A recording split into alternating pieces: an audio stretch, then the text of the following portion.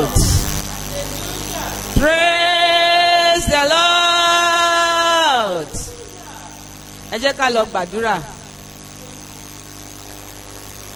Yìn Olúwa lọ́wọ́ ẹni tìrẹ ṣàn, lọ́wọ́ ẹni tìrẹ ṣàn, lọ́wọ́ ẹni tìrẹ ṣàn. Yìn Olúwa lọ́wọ́ ẹni tìrẹ ṣàn, yìn títí ayé. Ó yá yìn Olúwa, yìn Olúwa lọ́wọ́ ẹni tìrẹ ṣàn, lọ́wọ́ ẹni tìrẹ ṣàn, lọ́wọ́ ẹni tìrẹ ṣàn. Yìn Olúwa, yìn Olúwa lọ́wọ́ ẹni tìrẹ ṣàn, yìn títí ayé. Ó yá bá mi yìn Olúwa àwọn olúwa, yìn Olúwa Ọlọ́run gbogbo ayé, lọ́wọ́ ẹni tìrẹ ṣàn, lọ́wọ́ ẹni tìrẹ ṣàn. Bàbá wa lọ́wọ́ ẹni tìrẹ ṣàn. Yìn Olúwa, yìn Olúwa lọ́wọ́ ẹni tìrẹ ṣàn, yìn títí ayé. Ó yá yìn Olúwa, yìn Olúwa lọ́wọ́ ẹni tìrẹ ṣàn, lọ́wọ́ ẹni tìrẹ ṣàn. Yìn Olúwa, ẹni tìrẹ ṣàn. Yìn Olúwa, àpáta ayérayé, ẹni tìrẹ ṣàn, yìn títí ayé. Bàbá ní orúkọ Jésù. Amen. Ní orúkọ Jésù. Amen. Ọba àwọn ọba àti olúwa àwọn olúwa. Ọlọ́run gbogbo àgbáyé. Ọlọ́run tí kò yí padà. Ọlọ́run tí kò sí àkàwé òye rẹ̀. A fi gbogbo ògo àtọlá fún orúkọ mímọ́ yín. A dúpẹ́ fún oore ọ̀fẹ́ tá a tún rí gbà Ọlọ́run gẹ́gẹ́ bí ìjọ láti pàdé níwájú yín. A dúpẹ́ fún àánú ìgbà gbogbo tí à ń rí gbà. A dúpẹ́ fún ìrànlọ́wọ́. A dúpẹ́ fún àtìlẹ́yìn yín. Bàbá ní orúkọ Jésù Kristi Olúwa ẹ gba ọpẹ́ wa. Amen. Ní orúkọ Jésù Kristi Olúwa ẹ gba ìyìn wa. Amen. A dúpẹ́ Ọlọ́run wa láti ìjẹrin tí prógrámù yìí ti bẹ̀rẹ̀. A dúpẹ́ wípé ẹ̀yin Ọlọ́run ẹ̀mí mímọ́ ẹ ò dá wa dá. A dúpẹ́ torí pé ẹ darapọ̀ mọ́ wa ní gbogbo ọ̀nà. A dúpẹ́ fún àwọn ẹ̀bẹ̀ àdúrà wa èyí tí ẹ̀yin Ọlọ́run ayérayé tí ẹ ti gbọ́. A dúpẹ́ fún ohun tí ẹ ti ṣe. A dúpẹ́ fún èyí tí ẹ ń ṣe lọ́wọ́lọ́wọ́. A dúpẹ́ fún ìtẹ́ ò tún ṣe fún wa. Bàbá ní orúkọ Jésù Kristi Olúwa ẹ gba ọpẹ́ wa. Amen. Ọlọ́run ẹ̀mí mímọ́ ẹ gba ìyìn wa. Amen. A ti péjọpọ̀ níwájú yín ní ẹ̀yìn Ọlọ́run wa. A tún fẹ́ jọ́sìn sí ẹ̀yìn Ọlọ́run. A fẹ́ gbàdúrà. A bẹ̀bẹ̀ fún ìrànlọ́wọ́ láti òkè wá ní orúkọ Jésù Kristi Olúwa ẹ wá ràn wá lọ́wọ́. Amen. A fẹ́ kẹ́ ràn lọ́wọ́ sí ẹnì kọ̀ọ̀kan wá ní orúkọ Jésù Kristi Olúwa ẹ ṣe bẹ́ẹ̀. Amen. Ìránṣẹ́ yín tẹ́ máa lò Olúwa ẹ bùkún fún wọn. Amen. Agbára ọ̀rọ̀ lórúkọ Jésù Kristi Olúwa ẹ dà lé wọn lórí. Amen. Ohun gbogbo tá a máa ṣe lénìí ẹ gba ìṣàkóso. Amen. Ọlọ́run ìjọba ẹ máa jọba lọ. Amen. Ògo ni fún orúkọ mímọ́ yín. Hallelujah. Ní orúkọ Jésù Kristi Olúwa wa. Amen. Amen.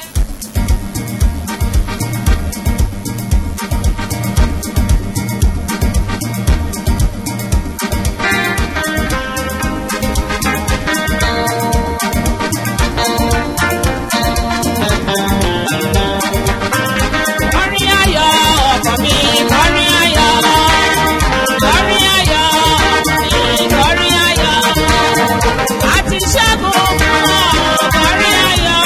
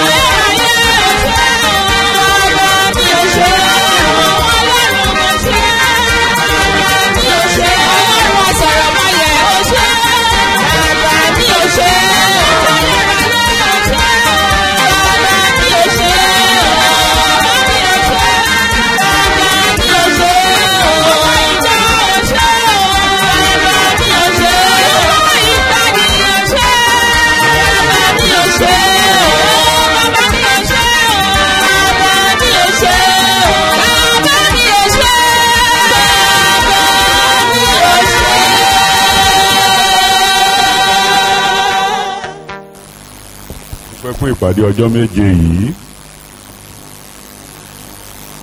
fún okun àti agbára tí ẹ fún wa. Lóòótọ́ ọ̀tá fẹ́ ṣe wa mọ́lé ṣùgbọ́n ẹ gbà. Ẹ kó wa jọ síwájú yín. Ọlọ́run alágbára ńlá á fi ìyìn fún yín fún àwọn àdúrà tá a ti nà síwájú ní tẹ̀yàn Olúwa ti gbọ́ àti èyí tí ẹ tó gbọ́ ní ohun tí gbogbo tí ẹ ti ṣe. Bàbá mímọ́ ní orúkọ Jésù gba ọpẹ́ wa. Túndé lọ́jọ́ òní láti wá ojú yín. Mo fẹ́ kẹ́ ẹ bá wa pàdé, kẹ́ fún wa lókun àti agbára láti gba àdúrà gẹ́gẹ́ bẹ́ẹ̀ tí ń fẹ́. Kí gbogbo wa lè di ẹni ìbùkún ní òpin àjò. Orúkọ Jésù Olúwa jẹ́ ó rí bẹ́ẹ̀ fún wa. Ní orúkọ ti Jésù Kristi Olúwa wa. Ẹgbẹ́ mi ẹ wá sí á.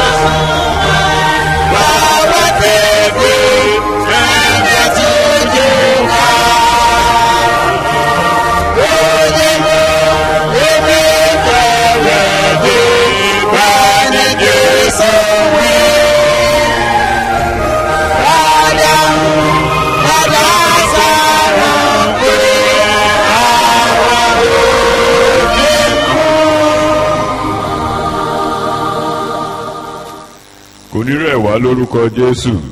Amen. Kókó àdúrà wa ó ní pé bó tilẹ̀ jẹ́ wípé ìjì dìde, ìkún omi ru sókè, wọn kì yóò lè borí. Tó wà nù orí ẹ pé ìkún omi máa dìde, ọwọ́ tó díẹ̀ máa mú wá ọwọ́ agbára ni. ṣùgbọ́n kò ní borí. ìyẹn ní pé ní ti dìde ìkún omi á dìde, ṣùgbọ́n ibi tó máa parí ìrìn àjò rẹ̀ sí ibi ìkùnà ni, kò ní borí. Amen. ẹ jẹ́ ká ìwé Jeremáyà orí ìkarùn ẹsẹ̀ ìkejìlélógún. Ẹ kò ha bẹ̀rù mi ni Olúwa wí, ẹ kì yóò wárìrì níwájú mi. Ẹni tí ó fi yanrìn ṣe ìpààlà òkun, òpin láéláé tí kò lè ré kọjá. Ìgbì rẹ̀ kọlù kò sì lè borí rẹ̀.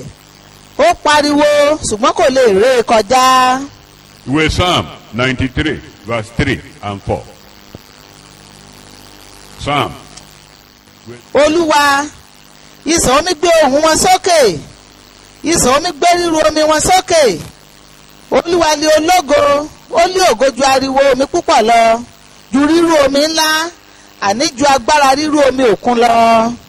Iṣẹ́ àwọn àpọ́sítélì orí ìkẹtàdínlọ́gbọ̀n ẹsẹ̀ ìkẹrin ẹsẹ̀ ìkeje ẹsẹ̀ ìkẹrìnlá. Nígbà tí àwa sì ṣíkọ̀ níbẹ̀, àwa lọ lẹ́bàá Kípùrù, nítorí tí afẹ́fẹ́ sọ wọ́n ní ọjọ́ púpọ̀, tí àwa fi agbára káká dé ọ̀kánkán Nídù, tí afẹ́fẹ́ kò bùn wá láàyè. Àwa lọ lẹ́bàá Krétè ní ọ̀kánkán Sálmónì. 14. Kò sì pẹ́ lẹ́yìn náà ní ìjì tí à ń pè ní Ẹrakúílò fẹ́ lù ú. Ẹ ké hallelujah. Ẹ ké hallelujah. Hallelujah. Ẹ ó nídìí tí mo fi ní ká ka gbogbo ẹ̀ torí ìpàdé àdúrà là wá sí, a sì gbọ́dọ̀ gbàdúrà. Tẹ rí ìjì ìkún omi yẹn, a lè fi omi wé ayé. Ẹnì kọ̀ọ̀kan wà lórí omi yẹn.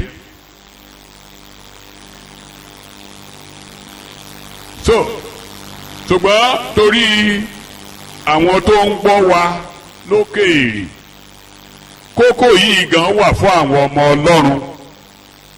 Ṣùgbọ́n a ò gbọ́dọ̀ tọ́bì kan fò. Oríṣi ìjì méjì ló wà. Ìjì àkọ́kọ́ ni wípé wọ́n bí ẹni yẹn sáyé, ó bọ́ sínú ìjì.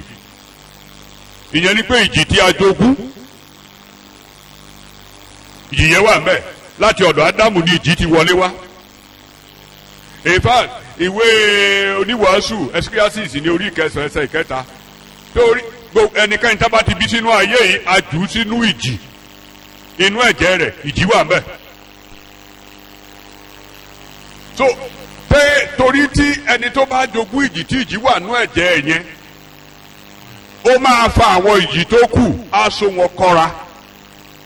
Ẹ tá a bá ti yanjú ìyẹn, eléyìí tá a bá bójútó yìí kò lè ṣiṣẹ́. Níbi tí a kà nínú ìwé Jeremáyà yẹn, ó ní Ọlọ́run ni tá a bá ti bẹ̀ nǹkan tó ṣẹlẹ̀ gan níbẹ̀ yẹn ni pé Ísírẹ́lì wọ́n kọ̀yìn sí Ọlọ́run, simple. Wọn ò sí Ọlọ́run, Ọlọ́run ló yẹ kó bẹ̀rù bẹ́ẹ̀, wọn ò sí Ọlọ́run, Ọlọ́run wá dojú ìjà kọ wọ́n. Ohun tó ṣẹlẹ̀ nìyẹn. Ṣùgbọ́n láàárín ẹ̀, torí ọ̀rọ̀ Ọlọ́run àti àwọn ọmọ rẹ̀, bá mi na ọmọ mi ní kò dénú ọlọ́mọ. Kì í ta àwọn ọmọ ti ẹ̀nù pátápátá torí májẹ̀mú ni tó wà láàárín òun àti Ábúráhámù. Kò sí bọ́sẹ̀ ṣètò, ó lè fìyà jẹ wọ́n, ṣùgbọ́n kò ní gbàgbé wọn síbẹ̀ láéláé. Kódà àwọn pàṣán tó bá lò, ó ì máa dáná sun wọn. Gbogbo pàṣán tó bá lò láti fi na Ísírẹ́lì, ó ì máa dáná sun gbogbo wọn pátápátá. So Ísírẹ́lì dẹ̀ṣẹ̀ sí Ọlọ́run, Ọlọ́run kọ̀yìn sí wọn. Gbogbo nǹkan kó wọn tó yẹ kí àwọn ọmọ wọn obìnrin, ọmọ wọn ọkùnrin jẹ, ọ̀tá ló ń jẹ́. Wọ́n bọ́ sínú ìsọdahoro, wọ́n bọ́ sínú ìjì, wọ́n bọ́ sínú wàhálà, wọ́n bọ́ sínú ìparun, wọ́n bọ́ sínú òṣì, kò sí tí ò ṣẹlẹ̀ sí wọn. Ọlọ́run tó wá wò pé ọ̀dà màá ti yọjú sí yín. Pé òun ti pààlà ayérayé, èmi Ọlọ́run ayérayé yẹn tẹríba fún mi, òun lélẹ́ ìfíndé bá yín, ṣùgbọ́n ara mi ò gbà á mọ́. Tọ́bátọ̀ sọ pé àlà ayérayé tí ìjì ò kì í kọjá, Jésù ló jẹ́ bẹ́ẹ̀, ikú àti àjíǹde Jésù ni. Ìkún omi ó ní ó fẹ́ ṣe Israẹli mọ́ Íjíbítì, òkú pupa ó fẹ́ ṣe wọn mọ́ Íjíbítì pé wọn ò ní kọjá, bọ́n ṣe nà àgbélébù síbẹ̀ omi yẹn pé yà. Ayé wọn korò, wọ́n débi ìkorò, wọ́n nà àgbélébù sí ó pé yà. ire wọn tó sọnù Èlíṣà nìkan nà igi síbẹ̀ ọ̀nà àgbélébùsí àkélèfó. Kò sí ìṣòro tó lè dúró gbọ̀n báyìí kó lóun takú nígbà tá a bá nà àgbélébùsí. tó níbi tá a ti máa bẹ̀rẹ̀ ìrìn àjò wọ́n tó ń gbọ́ mi tó o bá ti fàyè ẹ̀ lé Jésù lọ́wọ́ ìjì ojogún ìjì o ìyẹn la máa kọ́ yanjú wàá bẹ Ọlọ́run tìra ẹ̀. tó o bá ti fàyè ẹ̀ lé Jésù lọ́wọ́ ìjì wà mẹ́ inú ẹ̀jẹ̀ ló wà. ẹ̀ṣẹ̀ ló gbé ìjì yẹn wọlé wá gẹ́gẹ́ bí ẹ̀ṣẹ̀ ṣe gbé ti Ísírẹ́lì wọlé níbi tá a kà níwèé Jeremáyà yẹn. ibi tí ẹ̀ṣẹ̀ bá ti wà bí òwú aláǹtakùn ní àwọn tó kù á fà wọlé kò sọpẹ́ òkùnkùn á fà wọlé ẹ̀mí èso á fà wọlé èèyàn àrùn kò sí tí ò ní fa ìjì ẹni yẹn bọ́ sínú agbábí ìjì ẹni wá rí pé ìjì yẹn ó ṣẹlẹ̀ sí Jésù lórí igi àgbélébù ẹni tó ń pín aṣọ ó ń pín aṣọ ẹni tó ń tutọ́ sí lára ó ń tutọ́ sí lára ẹni tó ń gba létí ó ń gba létí ẹni tó ń gun lọ́kọ̀ ẹ̀gbẹ́ ó ń gun lọ́kọ̀ ẹ̀gbẹ́ ẹni tó da ọtí kíkọ́ lù ẹni pé ìjì ni babalá ìjì ni kò sí gbogbo Jésù wọnú ìjì yẹn lọ so Jésù ti wọnú ìjì ayé rẹ tó jogún láti ọ̀dọ̀ Ádámù wà kọ́kọ́ ní Jésù Olúwa mo dé gbé ìjì ayé tèmi kúrò ibi tá a ti máa bẹ̀rẹ̀ nìyẹn ká tó bọ́ sí eléyìí gan pé Olúwa gbé ìjì ayé tèmi kúrò gbogbo ìjì tó lọ yìí kò yẹ kó tó wà nínú ayé mi mọ́ kí ló dé so Jésù ti hu ìjì yẹn lọ Olúwa ayé mi náà ní gbogbo àwọn ìjì tó ń jà mí gbogbo ẹ̀ ló dì mọ́ láti orí igi àgbélébù ọkọ̀ọ̀kan yanjú ọ̀rọ̀ ikú ó fi ikú pa ikú rẹ́ ó sọ̀kalẹ̀ sọ́run àpáàdì wọ́n fẹ́ dè mọ́lẹ̀ ńbẹ́ gbogbo ìdè tó dé ọ̀pátá Jésù ti já ó ti já ìrora ikú yẹn ìdè àìsàn ìdè gbogbo ẹ̀ nípa iná ẹ̀ láṣẹ mú ọ lára dá Jésù ti rù ú gbogbo wà ní Olúwa èyí tí mo jó torí ohun téèyàn bá ní òun ló máa fi ilẹ̀ fọ́mọ ohun tí Ádámù ní ló fi lé wa lọ́wọ́ ẹ̀ṣẹ̀ ló gbé dání ikú ni Ádámù gbé dání òṣì ló gbé dání struggle ló gbé dání òun náà ló hand over fún wa kò lè fún wa ní ohun tí ò ní tó wàá bẹ Ọlọ́run Olúwa àwọn ìjì yìí tó ti ń bá mi bọ̀ láti ọjọ́ pípẹ́ láti inú ẹ̀jẹ̀ má mú oṣó má jẹ́ o kò tí àti débẹ̀ má ìmọ̀ọ́só má jẹ́ pé àbí ọ sínú ìjì ni ìjì wà nú ẹ̀jẹ̀ rẹ o tí ì fàyè ẹ̀ lé Jésù lọ́wọ́ ẹ̀yin náà dáàdi fàyè ilé Ọlọ́run lọ́wọ́ báyìí tí ìjì ń jà yìí káàkiri a máa mẹ́nu bà díẹ̀díẹ̀ torí ẹ̀bẹ̀ àdúrà wà níbí èmi náà ti dé níbi tí ìjì ti ń dákẹ́ jẹ́ gbogbo ìjì ayé mi gbọ́dọ̀ dákẹ́ jẹ́ lónìí ó yẹ jágbá aládùúrà bẹ́ẹ̀. Father, in the name of Jesus, Father, in the name of Jesus, Father, in the name of Jesus, Father, in the name of Jesus, in the name of Jesus, in the name of Jesus. Ìjì yalu Jésù, ìjì yalu Jésù Olúwa, ìjì gbogbo ìjì ló yalu, ẹ̀mí èṣù yalu, òkùnkùn yalu, ìkorò yalu, ìhòhò yalu, ìhòhò yalu, in the name of Jesus, ìhòhò yalu. Wọ́n gun lọ́kọ̀ ẹ̀gbẹ́ wọ́n ba ara rẹ̀ jẹ́ Bíbélì ní ìrísí rẹ̀ kò dára wọ́n ba ayé ẹ̀jẹ̀ wọ́n bàjẹ́ nípa tara wọ́n bàjẹ́ in the name of Jesus ẹ̀gún yàlú Jésù Olúwa Jésù ti ru ẹ̀gún Jésù ti ru ẹ̀ṣẹ̀ Jésù ti ru òkùnkùn ó ti ru hòhò mi ò ní rí hòhò mọ́ àwọn wèrè yàlú mi ò ní ya wèrè mọ́ in the name of Jesus in the name of Jesus in the name of Jesus in the name of Jesus in the name of Jesus in the name of Jesus. Gbogbo ìjì tí mo jogún pátá Jésù ti rú in the name of Jesus ọ̀dọ́ àgùntàn tí ò mọwọ́ mẹsẹ̀ ó rú Jésù rú ìbọn ìtọ̀ in the name of Jesus Father in the name of Jesus Christ in the name of Jesus in the name of Jesus in the name of Jesus in the name of Jesus in the name of Jesus in the name of Jesus in the name of Jesus in the name of Jesus in the name of Jesus in the name of Jesus. In the name of Jesus, in the name of Jesus, in the name of Jesus, in the name of Jesus, in the name of Jesus, in the name of Jesus, in the name of Jesus, in the name of Jesus, in the name of Jesus, in the name of Jesus, in the name of Jesus, in the name of Jesus. Ní orúkọ ti Jésù Kristi Olúwa wa. Amen.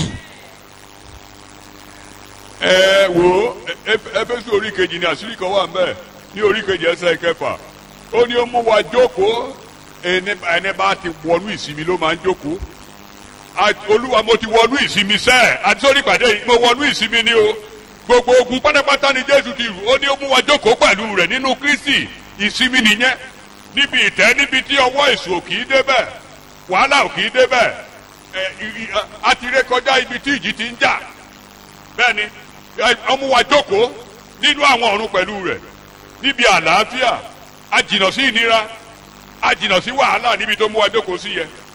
Pé Olúwa inú ìpàdé yìí mo ń wọnú àlàáfíà lọ nínú ìpàdé yìí lẹ́yìn ìpàdé yìí ìdákẹ́jẹ́ gbọ́dọ̀ wà ìdákẹ́rọ́rọ́ gbọ́dọ̀ wà gbogbo àgbọn tó yí mi tó ṣe kíní gbogbo ẹ̀ ló ti yalu Jésù Bíbélì díẹ̀ ní ìpọ́jú kì yóò dìde lẹ́ẹ̀kejì ó yẹ jábọ́ lọ sọ̀rọ̀ báyìí ìpọ́jú ò ní dìde lẹ́ẹ̀kejì kò ṣeé ṣe in the name of Jesus ìpọ́jú ò ní dìde lẹ́ẹ̀kejì ìpọ́jú ò ní dìde lẹ́ẹ̀kejì mo ti wọnú ìsinmi mo ti wọnú ìsinmi Jésù ní ìsinmi òun ní ìsinmi ó mú mi jókòó ó mú mi jókòó. In the name of Jesus Christ, Father, in the name of Jesus, Father, in the name of Jesus, Father, in the name of Jesus, Father, in the name of Jesus. Ní gbogbo ọ̀nà, ní gbogbo ọ̀nà, ní gbogbo ọ̀nà, ní gbogbo ọ̀nà. In the name of Jesus, in the name of Jesus. Ní orúkọ ti Jésù Kristi, Olúwa wa. Amen. Ké hallelujah. Now, tẹ́tí fàyè yín lé Jésù lọ́wọ́. Ẹ ti di arìnrìn àjò apáya ìjì kejì nìyẹn láàrin ibi tí ẹ ti fi ayé yín lé Jésù lọ́wọ́ débi tí Jésù mú yín lọ ìjì wà lójú ọ̀nà yẹn from your call to your destination láàrin ẹ̀ ìjì wà ń bẹ̀ nígbà tí Israẹli gbéra ní ilẹ̀ Íjíbítì Ọlọ́run sọ nǹkan tó máa bá pàdé ìdí tí òfin sọ ni pé ó wà ń bẹ pẹ̀lú wọn ibi tó bá máa pàdé àjọdé bá gbogbo wọn ó dẹ̀ wà ń bẹ bàbá gan sí kó lọ́hùn ibi táwọn ọmọ ẹ̀ bá wà ló máa ń wà kí ló tún ṣe lọ́hùn kí ló ṣe pàtàkì jù níbẹ̀ yẹn fún ju àwọn ọmọ ẹ̀ lọ ó sọ̀kalẹ̀ wá Jésù sọ̀kalẹ̀ ẹ̀mọ́ sọ̀kalẹ̀ mẹ́ta lọ́kan dúró tì wọ́n wọ́n jọ ń rìnrìn àjò lọ ìdílé ẹ̀ nìyẹn ibi tí ìdílé ẹni bá ibẹ̀ náà lọ èèyàn máa ń wà ìdílé ẹ̀ nìyẹn ìwọ kò sọ ìjì yẹn la fẹ́ wò báyìí ṣùgbọ́n àwọn nǹkan kan wà òun la máa gbé ẹ̀bẹ̀ àdúrà wá jáde báyìí tẹ́ ẹ rí ìjì tó máa ń jà onígbàgbọ́ tó máa ń dìde lójú ọ̀nà onígbàgbọ́ ó nídìí ìdí yẹn gbọ́dọ̀ yé wa ìdí yẹn la fi jẹ́wọ́ àkọ́kọ́ ìjì dìde sí onígbàgbọ́ nítorí pé ó jẹ́ onígbàgbọ́ kò dìgbà tó bá pààyàn lásán o pé ó jẹ́ onígbàgbọ́ ìjì á dìde eléyìí o kìrìsìtẹ́nì ni ìjì ni so tó bá ti dìde yẹn kì í ṣe pé Ọlọ́run bínú sí ọ no àmì ni pé kìrìsìtẹ́nì lélẹ́yìí o in fact Jòhánù orí ìkẹtàdínlógún ní ẹsẹ̀ ìkẹrìnlá sí ìkarùndógún ó ní ayé kórìíra wọn kò ṣeé ṣe ṣáájú ìgbà yẹn wọn ò lè kórìíra wọn nígbà tí Pétérù sì wà ní odò tó ń ṣe àṣedànù kò sí ẹni tó máa kórìíra ẹ̀ kò lè kórìíra ẹ̀ ṣùgbọ́n ní kété ní tó tẹ̀lé Jésù báyìí ayé máa kórìíra wọn tó bá dẹ̀ ní ayé incompressity àwọn èèyàn tó jẹ́ta ayé wọn á kórìíra wọn ẹ̀mí èsì tó ń bẹ nínú ayé á kórìíra wọn gbogbo nǹkan tó jẹ́ tó ń sọpọ̀ nínú ayé wọn á kórìíra wọn tó bá dẹ̀ kórìíra ẹnìkan wàá bàjá wàá gbógun tì í ohun tó ṣẹlẹ̀ nìyẹn tó jẹ́ kìrìsìtẹ́nì ogun máa ìfàtí wàásù tó bá wà sí ẹ gẹ́gẹ́ bí kìrìsìtẹ́nì tí ò bá ní ogun nínú kò pé. ẹ̀yin lórí ti Jòhánù ní orí ìkẹrìndínlógún ẹsẹ̀ 33 ó ní nínú ayé ẹ̀yin yóò ní kíni ẹ ní wàhálà ṣùgbọ́n ẹ ní ẹ ti wọnú ìsinmi mo ti jà mo ti ṣẹ́gun wọn. ìkọ́fídẹ́ǹsì yẹn la fẹ́ mú jáde nínú ìpàdé yìí pé Jésù ti ṣẹ́gun kákọ̀ máa lọ ní tiwa kàmá kọ́ bí ara sí ìyá omi tó ń ru sókè tó ń ṣe báńdìrì ti wà ẹ̀jẹ̀ Jésù wà ńbẹ̀ Jésù Olúwa wà ńbẹ̀ orúkọ Jésù wà ńbẹ̀ ọ̀rọ̀ Ọlọ́run wà ńbẹ̀ wọn ò lè kọjá. so o gbọ́dọ̀ mọ̀ pé torí pé mo jẹ́ kìrìsìtẹ́nì ogun máa dìde àmọ́ gbọ́ kínní kan òkúta tó bá wà nínú odò tí òjò ń rọ̀ tí àgbàrá òjò dìde ó ń tún ayé òkúta yẹn ṣe ni ó ń fọ ìdọ̀tí ara rẹ̀ nù ni irú ìjì yìí torí o jẹ́ kìrìsìtẹ́nì ó máa fọ ayé rẹ̀ mọ́ ni wàá tún máa dán sí wàá tún ní ẹ̀rí sí. Amen. Olúwa ìjì tí mò ń là kọjá yìí àtúnṣe ló bá dé kí ni mo ló bá dé àtúnṣe ògo ló bá dé kì í ṣe láti bà ayé mi jẹ́ àtúnṣe ló bá dé kì í sẹ́yìn ní mi àtúnṣe ló bá dé mo rò òdì ẹ̀ gbọ́dọ̀ ṣe torí bẹ́ẹ̀ kò ní pípọ̀ Ọlọ́run wà kíní kan kí ló dé tẹ́ Ọlọ́run ò sí sọ Ọlọ́run máa rìnrìn àjò ni pé eléyìí o pé ara ìrìn àjò ni ìhàlẹ̀ ọ̀tá ìyá ara ìrìn àjò ni torí mo ti kúrò lọ́dọ̀ rẹ̀ òun ló ṣe é halẹ̀ kí hallelujah pé Olúwa ìrọ̀rùn ní ìjì tá a là kọjá yìí oríṣiríṣi nǹkan a lè máa là kọjá ní ilé wa tó ń jẹ ni ti ìlera bákan ni tàbí tí bóyá kíní kan ń bà wá nínú jẹ́ àti bẹ́ẹ̀ bẹ́ẹ̀ lọ ìrọ̀rùn ló bá dé kí ni mo ló bá dé Olúwa gbogbo nǹkan tá à ń là kọjá yìí ìrọ̀rùn ló bá dé ara nǹkan tí ibi tá a máa gbà kọjá nìyẹn ká tó lè di jíjẹ fún gbogbo àgbáyé kí gàárì tó di jíjẹ ara àwọn ọ̀nà tó máa gbà kọjá nìyẹn irun orí wa kan ò ní bọ́ irun orí wa kan ò ní bọ́ tó gbọ́ ẹ̀yin tẹ́ ẹ gbọ́ mi náà níbikíbi tẹ́ ẹ wà sọ fún ara rẹ pé ìrọ̀rùn rí eléyìí bá dé ẹ̀mí ò ní bá ìjì yẹn lọ àtúnṣe ló bá dé ó máa tún ayé mi ṣe ayé mi máa lógo sí ó yẹ jágbá ládùúgbà bẹ́ẹ̀. In the name of Jesus, Father in heaven, O God, in the name of Jesus, in the name of Jesus, in the name of Jesus Christ, in the name of Jesus, in the name of Jesus, in the name of Jesus.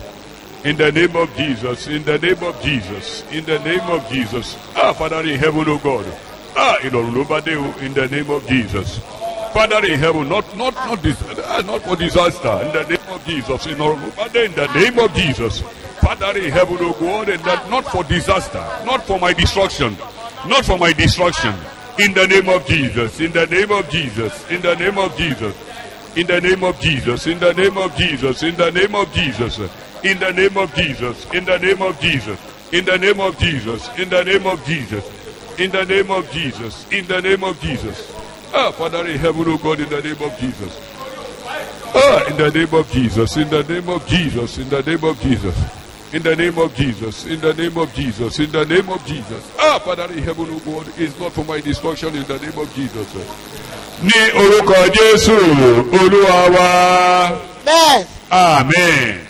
Amen. Tókù bá ti dìde ó ti mọ̀ pé miracle wà lẹ́nu ọ̀nà miracle imminent ọgbọ́dọ̀ òye gbọ́dọ̀ yẹ ọ pé tí ó kíní kan ìkú omi kan bá dìde ẹ̀ bá wò ó òkè omi tó dènà mọ́ wọn ibẹ̀ ni wọ́n ti gba ìrìbọmi sí ìyè ibẹ̀ ni ọ̀tá ti gba ìrìbọmi sí ikú sọ̀rọ̀ pé omi yẹn ṣe wọ́n láǹfààní tó dàbí ìṣòro tó dàbí òkè àti àǹfààní ló wà ń bẹ́ẹ̀. Pé wọ́n ti jẹ ara Olúwa wọ́n gbọ́dọ̀ gba ìrìbọmi Ọlọ́run ṣe ìrìbọmi fún wọn sí ìyè wọ́n jáde lódì kejì lọ́wọ́ ọ̀tá wọn léfò ó yẹ ká máa dúpẹ́ lọ́wọ́ omi yẹ kó Olúwa dúpẹ́ kó pèsè òkú pupa ṣùgbọ́n ní kankan tó ní pé wọ́n wọ̀ mẹ́wọ́n ọmọ nǹkan tó lọ́wọ́ fẹ́ ṣe torí Olúwa mọ ohun tí ó ṣe lórí ọ̀rọ̀ wa àbí kò mọ̀ àní ìrọ̀rùn ló bá dé ó gbọ́dọ̀ mọ̀ yẹn ogun máa ń dìde tá a bá gbẹ́kẹ̀lé Olúwa tó o fẹ́ tẹríba fún èṣù tó ní tẹríba fún mi èmi ò fi ohun gbogbo ní ọ lọ́wọ́ Jésù ni mi ò ní tẹríba fún ọ. ẹ̀yin ọmọ Ọlọ́run tẹ́ ẹ ti pinnu pé ọlọ́wọ́ Ọlọ́run lẹ fi ohun gbogbo lé ìjì ìbá má dìde ní ìṣà àpọ́sẹ̀lẹ̀ orí 27 yẹn torí pé Pọ́ọ̀lù ó àpíù sí Sísà ni kọ́tọ́ ṣẹlẹ̀ nìyẹn ó fi ọ̀rọ̀ ẹ̀ báyìí lé onídàájọ́ òdodo lọ́wọ́. He appealed unto the highest authority. Èyí tó dúró fún Ọlọ́run nìyẹn. I appeal unto Caesar. tó o bá dẹ̀ sọ pé Ọlọ́run ni mo fi ohun gbogbo lé lọ́wọ́ mi ò ní gbà kà lọ́wọ́ èṣù mi ò ní gbà ọkọ lọ́wọ́ èṣù mi ò ní tẹríba fún ìjì máa dìde. Ọlọ́run tó o dẹ̀ sí mi lé yẹn òun náà sọ fún ọ pé o kì yóò ṣòfò ẹ̀mí kan ò ní ṣòfò àbí kò sọ bẹ́ẹ̀ fún Pọ́ọ̀lù ńgbà tó gbẹ́kẹ̀lé ó sinmi lé ọ̀tá ń bínú pé torí Pọ́ọ̀lù ti sinmi lé Ọlọ́run ó fi ohun gbogbo lé pé bí ayé ṣe ń bàjẹ́ iye tí àwọn èèyàn wọnú ẹgbẹ́ òkùnkùn lọ mi ò ní tẹ̀lé wọn Olúwa ni mo máa ṣe mo fi ayé mi lé Ọlọ́run lọ́wọ́ ìwòsàn ayé mi ìpèsè ayé mi mi ò ní jalè kí n tó jẹun bí o ti ṣe báyẹn ọ̀tá bínú tọ́sà bá ti bínú ta ló máa bàjá Ọlọ́run ni o gbọ́dọ̀ mọ̀ yẹn mo ti ń kọ́kọ́ nìyẹn tó bá ti sinmi lé Ọlọ́run ó máa ṣe bẹ́ẹ̀ èmi ìwà tó yẹ pé torí pé o fẹ́ ní promotion you want to cross over ìjà dìde you want to have o fẹ́ bọ́ sí next level lẹ́yìn nǹkan tó ń lọ yìí kòró ọ̀nà òkòró kí la máa bọ́ sí next level ẹ kí hallelujah o next level ó ní Jésù sì sọ fún wọn ó yẹ tẹ̀lé mi ẹja kọjá sí òdì kejì Mark chapter 4 ni mò ń ká verse 35 ó ní ìgbà tó ń kọjá ìgbà tó wà lápá bí ìjì òde wọ́n fẹ́ kọjá sí òdì kejì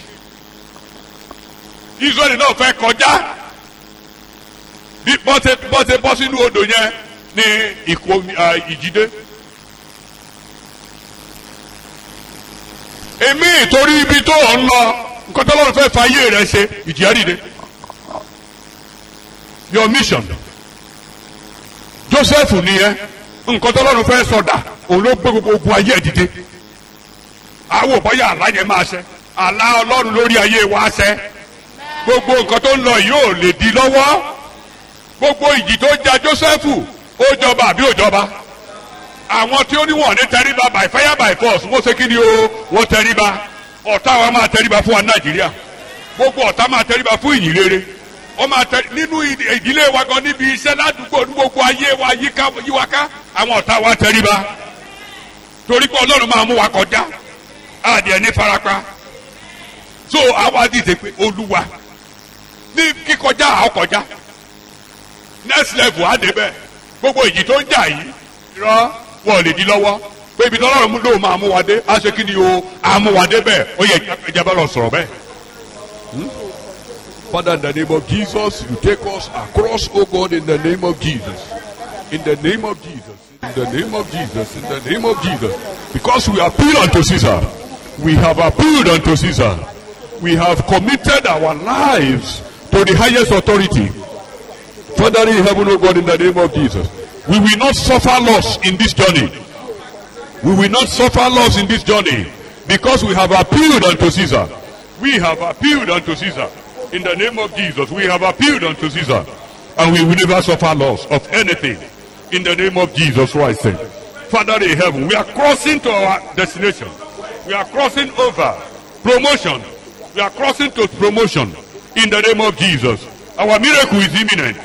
Miracle imminent. Miracle imminent. Miracle imminent. In the name of Jesus Christ. In the name of Jesus. In the name of Jesus. In the name of Jesus. In the name of Jesus. In the name of Jesus. Father in heaven, in the name of Jesus Christ. In the name of Jesus. In the name of Jesus. In the name of Jesus. In the name of Jesus. Jesus bore it all. Ọlọ́run ò bínú sí wa.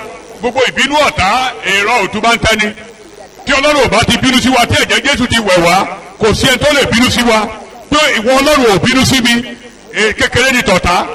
Kékeré ni tọ̀tá. Tọ́lọ́run ò bá ti bínú sí mi, kékeré ni tọ̀tá. Kò sí tí ọ̀tá lè ṣe. There is now no condemnation in them that are in Christ Jesus. Bí ọmọ bá ti sọ wọ́n dé òmìnira di òmìnira ní tòótọ́. My account is balanced. My account is balanced before God. I am free and I am free in the name of Jesus. In the name of Jesus. In the name of Jesus. In the name of Jesus. In the name of Jesus. In the name of Jesus. In the name of Jesus. In the name of Jesus. In the name of Jesus. Àwa ò ní tẹríba fún èṣù. A dẹ̀ lo ayé bí Ọlọ́run ṣe fẹ́ ká lò ká tó fi bí sílẹ̀. A ò ní tẹríba fún èṣù ká tó gbé ayé yìí irọ́. In the name of Jesus. In the name of Jesus. Ó ti fi Sátánì sí afárá ní abẹ́ ẹsẹ̀ wa. Orí ẹ̀ la máa gbà kọjá síbi ire wa. A ò ní tẹríba fún. In the name of Jesus. Sátánì ti ṣubú níwájú wa. In the name of Jesus. In the name of Jesus. Ní orúkọ ti Jésù Kristi Olúwa wa. ẹjẹ́ àti ẹ̀wọ̀ nǹkan tí Fílípì orí ìkíní sọ ní ẹsẹ̀ ìkọkàndínlọ́gbọ̀n kí ló sọ. tọ́lọ́run bá ti bínú sí wa kékeré ní tọ̀tá. Fílípì orí ìkíní consolation nìyẹn, word of consolation, Philippians chapter 1 verse 29. ní ti Kristi ẹ̀yin tí a ti yọ̀ǹda fún. 28. kí ẹ má sì jẹ́ kí àwọn ọ̀tá dẹ́rùbà yín lé ohunkóhun. ẹ má jẹ́ kán dẹ́rùbà yín inú ohunkóhun, lórí àtẹ̀jẹ, lórí àgọ́ ara yín, lórí ọmọ yín, lórí ẹbí yín, ládùúgbò yín, lórí orílẹ̀-èdè, lórí ìlú. Ẹ má jẹ́ kán dẹ́rùbà yín. èyí tí í ṣe àmì tí ó dájú fún ìparun wọn. pé òpin máa dé bá wọn. ṣùgbọ́n ti ìgbàlà yín. ẹ jáde bá mírèkù jáde ńbẹ. àti èyí nì láti ọwọ́ Ọlọ́run wá. bí ìsìn pé nínú òkú pupa ìyanu ní Israẹli bá jáde ńbẹ bó ṣe máa rí fún wa nìyẹn. ìyanu la máa bá jáde, ẹ̀rí la máa bá jáde. òpin à ń fi ọ̀tá sẹ́yìn, ó ní ọ̀tá kéré tọ́lọ́run bá ti bínú sí wa. nígbà tí ìjì bá ṣẹlẹ̀ response gbọ́dọ̀ wà to storm. èkíní Jésù gbọ́dọ̀ wà nínú ọkọ̀ yẹn, Christ in the ship. tọ́ba ti wà ń bẹ̀ ó sùn o, ó jí o, ó jẹun o, tọ́ba kó sà ti wà ń bẹ̀, kó sà ti wà ń bẹ̀ ni o. òyò ibi tí o ti bẹ̀rẹ̀ nìyẹn tí mo fi ní àbínibí storm. tí Jésù bá ti wọnú ọkọ̀ ẹ fi yòókù lẹ̀ fún. tí ìjì bá ti jà jù lọ di ẹsẹ̀ rẹ̀ mú kó díjú ẹ síbẹ̀, díjú ẹ tó bá ti di ẹsẹ̀ rẹ̀ mú báyìí díjú síbẹ̀ kó sùn lọ di ẹsẹ̀ rẹ̀ káwá wò tí ó ṣẹlẹ̀. ìwé Mark chapter 4 yẹn verse 38 ni ó ní Jésù wà ń bẹ̀, Ọlọ́run tó yọ wọ́n nìyẹn, wọn ìbá bá ìdí yẹn lọ. tí Jésù bá ti wà pẹ̀lú wa gẹ́gẹ́ bí ọmọ Ọlọ́run nínú ìrìn àjò yìí àní bá ìdí lọ, á jáde ní òdì kejì. Amen. ìkejì níbẹ̀ response ni o. tí ìjì bá ti dìde pé Jésù síbẹ̀ invitation, Christ invitation. mo tẹ̀ fẹ́ kábẹ̀ yẹn Mark chapter 4 verse 38. ó pàápàá ó mọ̀ o àní ò mọ̀ àìmọye ogun tó ń jà fún wa tí ò sọ fún wa tá a kọ̀ déédéé rí mírèkù ṣùgbọ́n ẹ pè é sí. òun pàápàá sì wà ní ìdí ọkọ̀. ó wà nídìí ọkọ̀. ó ń sùn lórí ìrọ̀rí. kò dá sí. wọ́n sì jí i. wọ́n jí. wọ́n sì ń fún un pé. wọ́n pariwo lé lórí. olùkọ́ni. Olúwa gbà mí. ìwọ kò bìkítà bí àwa ṣe Olúwa gbà mí bí o máa gbọ́dọ̀ ṣe gbé. eléyìí máa ba ìrere jẹ́ bí o máa gbọ́dọ̀ ṣe gbé. ìṣòro yìí ò gbọ́dọ̀ borí mi. má mà jẹ́ ojú tì mí. Olúwa dìde. Olúwa dìde. Christ priority nígbà tó jí kìnìún nìyẹn àti kìnìún tó ń sùn àti kìnìún tó jí ewu. tí kìnìún bá kú gan o ò lè dédé lọ kọlu òkú ẹ̀ wàá máa ju òkúta síbẹ̀ bóyá ó lè tají. àti pé ó sùn àti pé ó wà láàyè ó dákẹ́jẹ́ ewu ní fún ìjì. kìnìún yẹn la máa jí ìtumọ̀ ẹ̀ nìyẹn ó lọ gbàdúrà ó jí nìyẹn kì í ṣe pé ó sùn. ó sì jí ó bá afẹ́fẹ́ náà wí ó sì wí fún òkú pé dákẹ́jẹ́ afẹ́fẹ́ sì dá ìparọ́rọ́ ńlá sì dé. superiority of Christ nìyẹn ó sì ó jù lọ pé Olúwa ó wà nínú ètò kí ni àná Olúwa ṣe ó wà nínú ètò gbogbo nǹkan tó ń lọ lọ́wọ́ nínú ìdílé wa ní orílẹ̀-èdè yìí ní ìlú yìí Olúwa ó wà nínú ètò yẹn ó wà ńbẹ̀ ó wà nínú ètò yẹn torí pé ó wà nínú ètò yẹn ó máa dìde tó bá dẹ̀ ti dìde kí ló máa ṣẹlẹ̀ sí ìjì yẹn ó máa dákẹ́ jẹ́ ó yá lórí ẹsẹ̀ ẹ̀wẹ̀ jágbàdúrà pé Olúwa dé arise.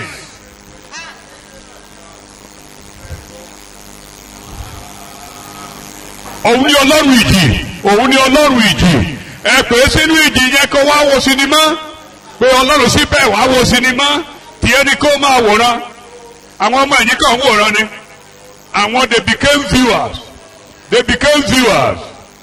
wọ́n pe Ọlọ́run wá sójú ìjà àwọn náà bẹ̀rẹ̀ sí í wòran ìwọ náà pe Jésù sínú ìjì tó dàbí ẹni pé ó ń jà ọ́ yẹn gbogbo nǹkan tó ti mú ìpòrúurú ọkàn wá yẹn tó ti mú ìbànújẹ́ wá tó ti mú ìbẹ̀rù wọlé pe Ọlọ́run pe Jésù síbẹ̀ Jésù tó ń bá ọ rìnrìn àjò Israẹli gan pe Ọlọ́run sí ní Ẹ́sódù orí ìkẹrìnlá nígbà tí ọ̀tá ń bọ̀ lẹ́yìn òfurufú wà níwájú wọ́n pariwo sí ọlọ́run, ọlọ́run dìde ó dá sí.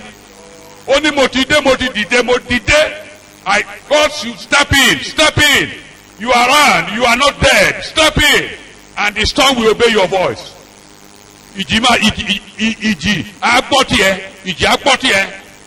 The storm will obey you.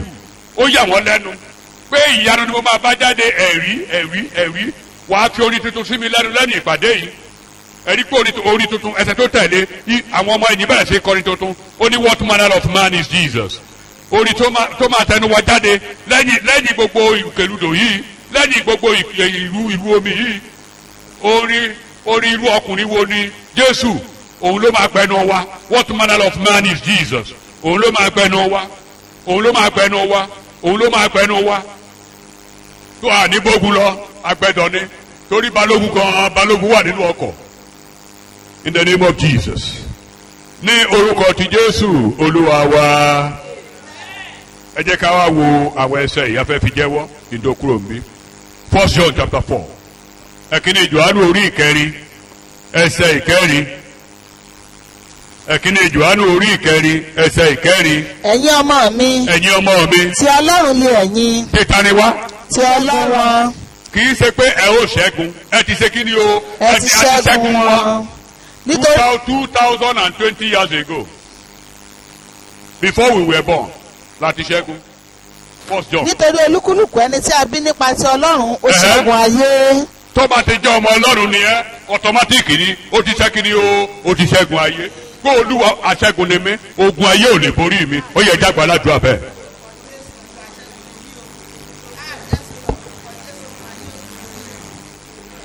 Jésù Olúwa wa. Ṣàmìyàn kó kanlẹ̀ dáadáa. Amen. Fi Jónà orí kìíní nígbà tí Jónà kó sínú ìjì, èdè tí a mọ̀ náà la máa fi ṣe ìjẹ́wọ́. Ìyẹn náà ní ká gbé Kristi sínú agbami tó ń rìn tó ń jì wá nínú ayé. Níwọ̀n gbà àwọn tó wà ní ọkọ̀ yẹn wọ́n ń ṣe wàhálà láti rí wípé kíjì omi òkun ó dákẹ́. Gbogbo ọgbọ́n tí wọ́n ń ta kò máa mú nǹkan kan jáde. Ohun tí wọ́n yọ̀ǹda wọ́n bí Jónà kéne ká ṣe ó ní ẹ gbé mi sómi. So afẹ́ bọ́lọ̀ ń sọ̀rọ̀ mi ò ta gbọ́n mọ́ mi ò jìjà kadì mọ́. Ó tó fún mi Jésù wọnú ọkọ̀ ayé mi. Àdúrà bẹ́ẹ̀ lórúkọ Jésù Olúwa wa. Ó tó fún mi Jésù olùgbàlà.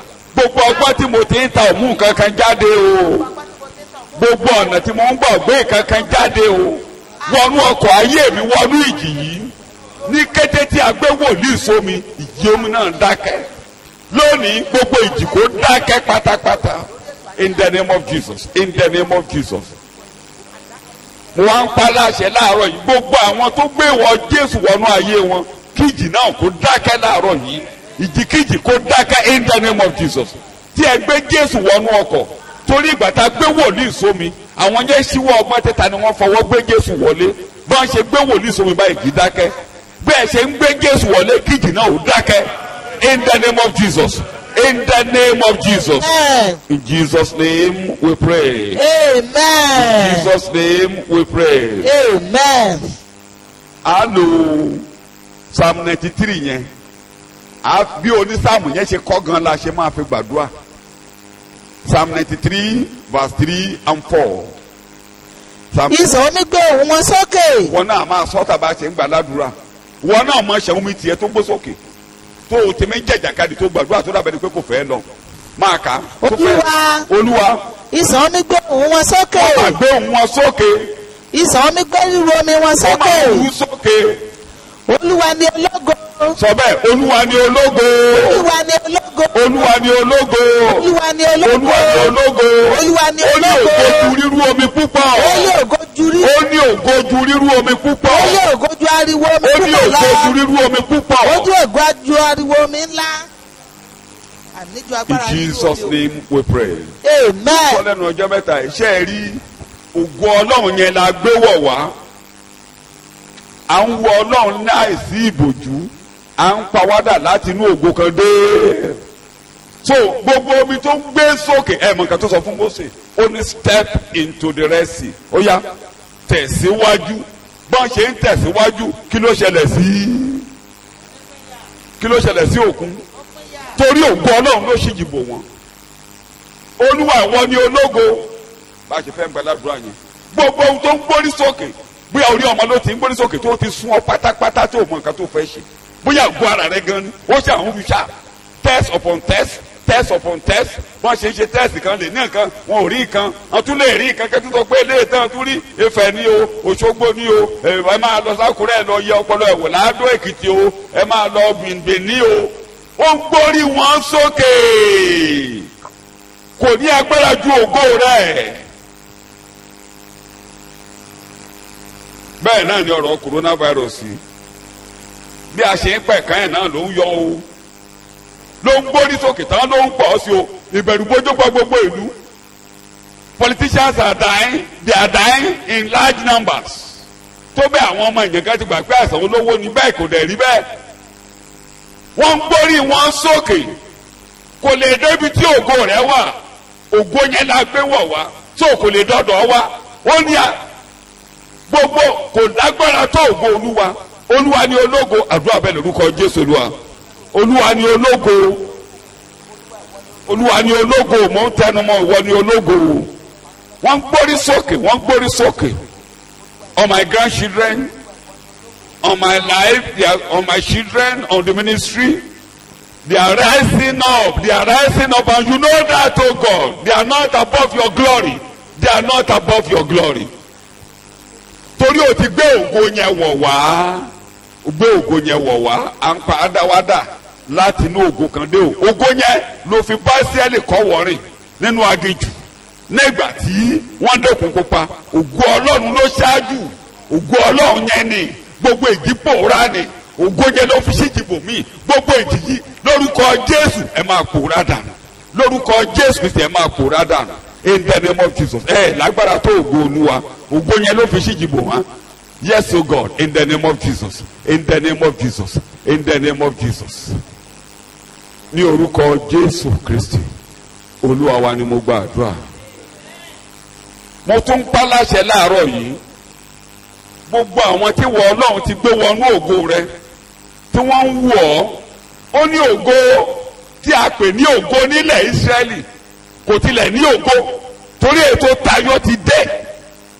Àwọn sọ́mà àtọ̀wọ́ iná wọ́n ń wojú Mósè torí ògo ṣíjìbò ìyẹn ò lè jẹ́ ògo tó ti kọjá lọ ṣùgbọ́n ògo Olúwa ti dé nígbà tá a kan Jésù máa gbélébù tó ṣíjìbò wa àwa ń wọ̀ láìsí ìbòjú àwa ń pawádà láti inú ògo sí ògo kejì. Nítorí náà Olúwa ògo gbogbo èjì tó gbórí wọn sókè kó dákẹ́ jẹ́. Ẹ ò ní agbára lẹ́bàá ògo Olúwa. Àwọn ọmọ rẹ̀ á máa gbé ìgbésẹ̀ bó bá ṣe ń tẹ̀síwájú gbogbo èjì kó dákẹ́ jẹ́. Amen. Ní orúkọ Jésù kó dákẹ́ jẹ́. Amen. Ní orúkọ Jésù mo gbàdúrà. Amen. Ìkẹta àwọn èdè kan wà ní Acts 27 ẹsẹ̀ ìkẹrin ẹsẹ̀ ìkẹje ẹsẹ̀ 14 kì í ṣe kán ẹsẹ̀ ìkẹrin. Nígbà tí àwa sì ṣíkọ̀ níbẹ̀. Bẹ́ẹ̀ni. Àwa lọ lẹ́bàá Kípùrù. Bẹ́ẹ̀ni. Nítorí tí afẹ́fẹ́ sọ wóòdì. Gbogbo atẹ́gùn tó ń sọ wọ́ọ̀dì tí ò fẹ́ kí n lọ lórúkọ Jésù kó pòórá àdúrà bẹ́ẹ̀ lórúkọ Jésù. Gbogbo atẹ́gùn tó ń sọ wọ́ọ̀dì tí ò jẹ́ kí n tẹ̀síwájú tí à ń gbé gbèsè tí ó dàbẹ́ ni pé àmọ́ ń ṣe lórúkọ Jésù kó pòórá afẹ́fẹ́ àti jìgbà tí rẹ gbọ́ ìdákẹ́jẹ́ èyí bá ṣe ìbínú ríru ogun kí ọ̀nà ó là in the name of Jesus kí ọ̀nà ó là in the name of Jesus in the name of Jesus.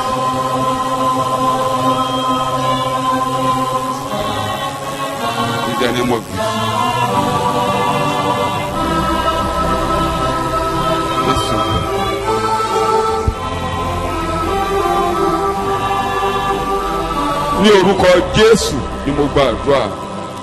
Ẹ má gbàgbé èdè tá ń lò lè má yẹ lómi is their metaphoric language.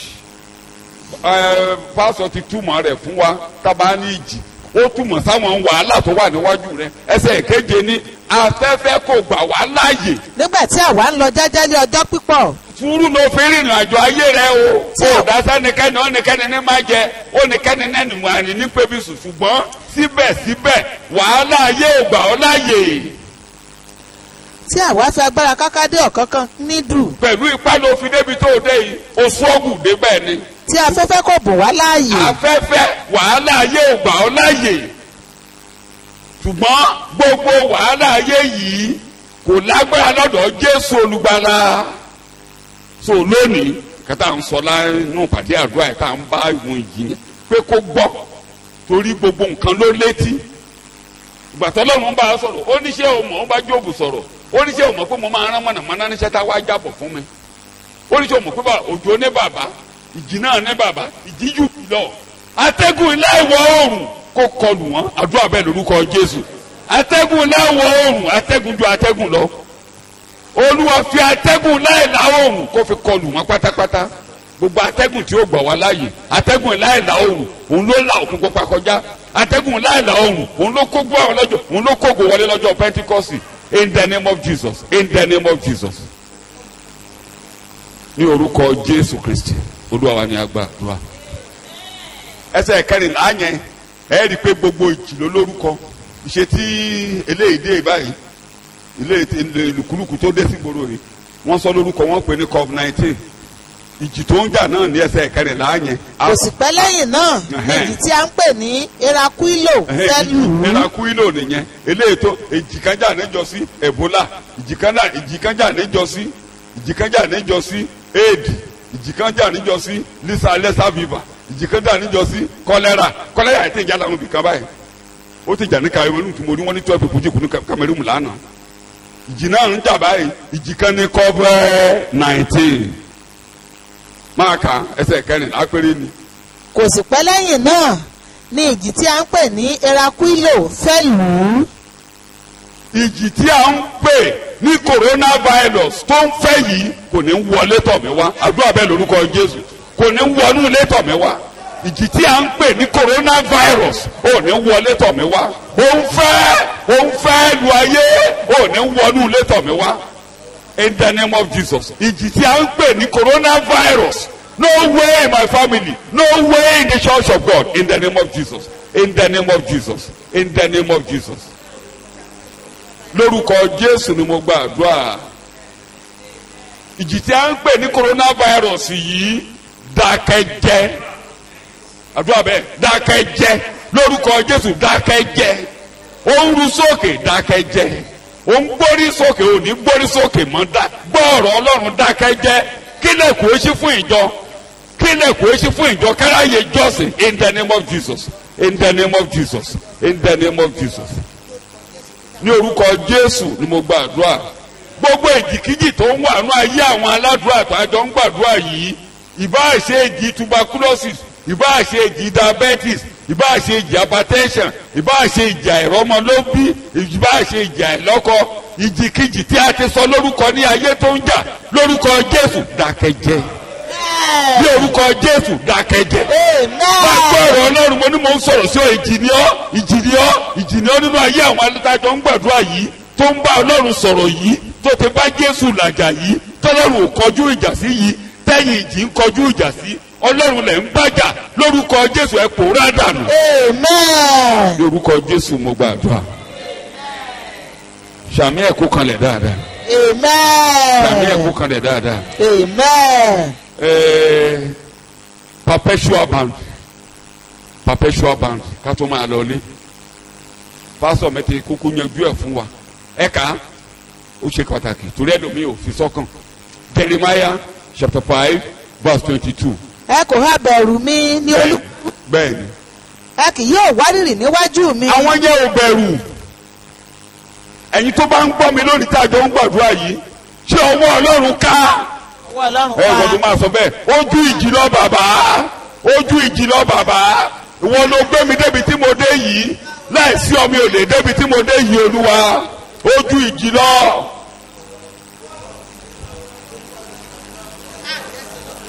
Jésù Olúwa wa gbọ́ mi dáadáa o ó dàbí ohun tí a fi ń gbàdúrà fúnra wa nínú ilé mi láàárọ̀ yìí tí a ń wo ọ̀rọ̀ bàbá Noah ntọ́lọ̀ ń fẹ́ kan bẹ̀rẹ̀ tẹ́ bá kàbẹ̀ yẹn dáadáa inú àmà Ísírẹ́lì ó lóun bọ́ wọn tán òun yó wọn tán dípò tán máa fògo fóun wọn ò kà ń sí mọ́. Noah ó dùn mí díẹ̀ bẹ̀tọ́ lọ́n fi kọ́ wa lẹ́kọ̀ọ́ ni ta ló yẹ kó sẹlẹbírẹ́tì lẹ́yìn ikún omi kí ló yẹ káyà ẹ̀ máa já lójoojúmọ́ pé òun bá kún omi lọ tó gbogbo èèyàn rún lójú ẹ̀ ṣùgbọ́n ẹ̀dá kan ń gbénú ènìyàn ọgbẹ́ ọ̀gàrọ̀ ọgbọ́ ọ̀gọ̀rọ̀ ṣé ó yẹ kó yó mọ́ kí ló pa àwọn ẹgbẹ́ ẹ̀ kí ló pa wọ́n ṣé bẹ́ẹ̀ ṣẹ̀ ló kó àwọn ẹgbẹ́ ẹ̀ lọ ó wá yó wá sí kàtà ènìyàn lè rí yẹn torí tí èèyàn bá ti kọjá ìṣòro kan á tẹ wá gbà pé òun lòún ṣe é tó bá ti nìkan tó ẹ rí gbogbo báàdè tá à ń celebrate inú ayé báyìí ọ̀pọ̀lọpọ̀ báàdè à ń celebrate ara wa pé èmi ni mo àṣìfù rẹ̀ èmi ni mo ṣe ẹ máa wò wá lọ́jọ́ ayọ̀ mo máa ń sọ ọjọ́ méjìlá ẹ máa yàn ọjọ́ ayọ̀ ọ máa wò wá we celebrate this is my day I have achieved this did you achieve anything ta ló mú ọ débi tó o dé lónìí yẹn ni mo fẹ́ ká fi gbàdúrà tọ́dọ̀ ń bá ti rí ọkàn yẹn nínú wa gbogbo èjì tó bá dìde yóò pòórá dànù. Amen. Paul ní I am what I am by what. Olúwa mo wólẹ̀ ọpẹ́lọpẹ́ rẹ àdúrà bẹ́ẹ̀ lórúkọ Jésù. Ìka àwọn Ọlọ́run ló gbé mi débi tí mo dé. I did nothing. I have achieved nothing. I am not an achiever. I am not an achiever. You are. So ọwọ́ rẹ ká ọwọ́ rẹ òun ló gbé mi débi agbára rẹ òun ló gbé mi débi ó lè mi ò yẹ fún kékeré gbogbo ọkàn mi ni mo fi sọ níwájú rẹ ọ̀pá mi ni mo fi gòkè odò ọ̀pá mi ni mo fi gòkè odò ọpẹ́lọpẹ́ ìwọ Jésù olùgbàlà mi ò yẹ fún kékeré I did nothing at all and you know it o God pé I did absolutely nothing I don't want it I don't want where I am today but you o God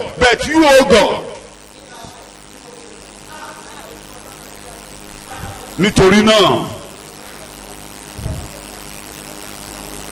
ní orúkọ Jésù ní agbàdúrà. Amen. nítorí náà wọ́n tó ti gbé ìlànà láéláé ẹni tó mi òkun bá ti ń jà á máa rúbọ̀ tó bá ti débẹ̀ kí ló máa ṣe sí àpadà síbi tó ti wá. nítorí náà ẹ̀jẹ̀ ń bẹ lórí pẹpẹ máa gbéde mi o Jésù ń bẹ lọ́wọ́ ọ̀tún Ọlọ́run àjíǹde ti yí ẹ̀yìn ọ̀tá padà Ọlọ́run ṣe pẹ̀lú àjíǹde. Ó ti yí ẹ̀yìn ọ̀tá padà. kí ló ṣe sí Fáráò nínú òkun pupa níbi àjíǹde wọ́n rì bí òjé nítorí náà olúwa mo wọnú Jésù àjíǹde yí ẹ̀yìn ọ̀tá padà ẹ̀jẹ̀ sì ń bẹ lórí pẹpẹ Jésù ń bẹ lọ́wọ́ ọ̀tún Ọlọ́run gbogbo èjì tó ń jà máa rántí àjíǹde tó yí ẹ̀yìn ọ̀tá padà máa wí bẹ́ẹ̀ rántí àjíǹde tó yí ẹ̀yìn ọ̀tá padà nítorí náà ẹ pẹnumọ́ lórí ọ̀rọ̀ mi rántí ẹ̀jẹ̀ tí ń bẹ lórí pẹpẹ kó rántí Jésù gbẹ̀rẹ̀ tó jókòó sọ́wọ́ ọ̀tún Ọlọ́run perpetual ordinances ìlànà láéláé tí ò ṣe é yẹ tó bá ti yẹ òforíkàléwu tó bá ti kọjá rẹ̀ ó bọ́ sínú ṣẹ́kẹ́ṣẹkẹ̀ ó lè kọjá ẹ̀ wàhálà yóò lè kọjá ẹ̀ ó lè kọjá Ọlọ́run àjíǹde tó ń bá mi kọ́ wọ́rin in the name of Jesus. In the name of Jesus. In the name of Jesus. Ní orúkọ Jésù ní agbàdúrà. Amen. Mo ń pa láṣẹ báyìí torí wípé o gbọ́ ti ọ̀tá. Psalm 18 ló ń sọ̀rọ̀. Ọlọ́run ti yí ẹ̀yìn ọ̀tá mi padà. Àjíǹde ló ṣe yẹn. Gbogbo egbe tí ọ̀tá bá ń ké, gbogbo èjì tó bá wá ń ru sókè tó ń gba ọ̀nà kọ́nà. Ọlọ́run ò ní gbọ́ tiyín. Amen. Ní orúkọ Jésù, Ọlọ́run ní tẹ́tí sí gbé yín. Amen. Gbogbo èdè tí ẹ bá lò bí èdè Bíbélì ti sọ fún wa wípé ó ní ẹ̀rántí Bálámù àti Bálákì ni ó ní mi ò gbọ́ tiwọn ó ní mo yí ọ̀rọ̀ wọn mo sọ di ire fún yín gbogbo èjì tó ń jà ire ló máa já sí fún wọn. Amen. n tó wà lọ́kàn Ọlọ́run ló máa ṣẹ mọ́ yín lára. Amen. Ní orúkọ Jésù olùgbàlà ntọ́ni ibi tọ́lọ́run fẹ́ mú yín dé ìbẹ̀lẹ̀ máa dé nínú ìjì. Amen. Ọlọ́run ní gbọ́ tí ọ̀tá ní lọ́kàn. Amen. Gbogbo èrò ọ̀tá yọkàn ò ní ṣẹ. Amen. Ìwọ ìdílé máa jà lọ o lè máa pariwo lọ o lè máa dún lọ o Olúwa ń bẹ láàrin rẹ̀. Yes. Psalm 46 ló ń sọ̀rọ̀ there can be volcanic eruption Olúwa ń bẹ láàrin rẹ̀ Yes. odò ńlá kan wà bẹ́ẹ̀ tí múná Ọlọ́run dùn so therefore I'm saying today Ọlọ́run ní gbọ́ ti yín ètò ọ̀tá kan ò ní ṣe lórí ayé Ọlọ́run nílọ́kàn ló máa ṣe mọ́ yín lára ẹ jáde láyọ̀ ẹ jáde láyọ̀ lórúkọ Jésù ẹ jáde láyọ̀ Ọlọ́run nìkan ló máa gba ògo ní orúkọ Jésù Kristi Olúwa wa ni a gba àdúrà sàmìlẹ̀ kó kanlẹ̀ dáadáa. Ìpàdé yìí a tún máa gbé sínú atẹ́gùn láago mọ́kànlá ọ̀la lágbára Ọlọ́run torí a fẹ́ fi àyè sílẹ̀ fún ìdíwọ́ kankan mọ́ bó tiẹ̀ dá aago mọ́kànlá ọ̀la náà ní kẹ́rì wá so á dáhùn àti mọ̀ pé ó máa tún dáa ju tàná lọ torí nẹ́tíwọ́ọ̀kì ló ń yọ wá lẹ́nu a ti ṣèfilọ̀ fún wa ẹ̀yin ọmọ Ọlọ́run tẹ́ ẹ̀ bá dẹ̀dẹ̀ lè dájí níjọ́ Sunday máa wo ní ìrọ̀lẹ́ àbọ̀sán torí ọjọ́ Sunday yẹn aago 6 láti máa gbé àdúrà ẹ̀ sínú afẹ́fẹ́ aago 6 àbọ̀ láti máa gbé sínú afẹ́fẹ́ títí di aago 8 àárọ̀ láwà nù afẹ́fẹ́ láti wá dúpẹ́ tó ọkàn mi yin ọba àrùn bàbá ṣe ń kọ́ kí ẹ máa fọrọ ẹni sílẹ̀ bí ẹ ṣe ń gbàdúrà nínú ilé.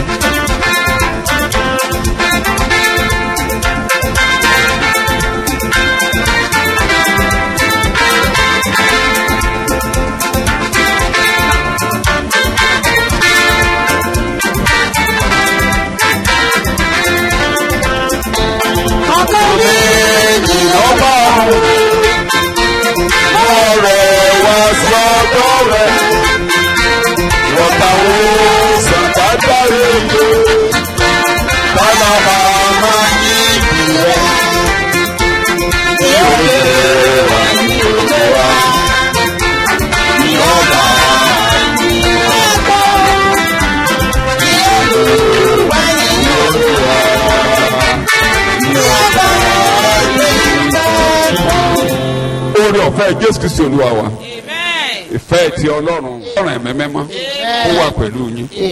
Amen.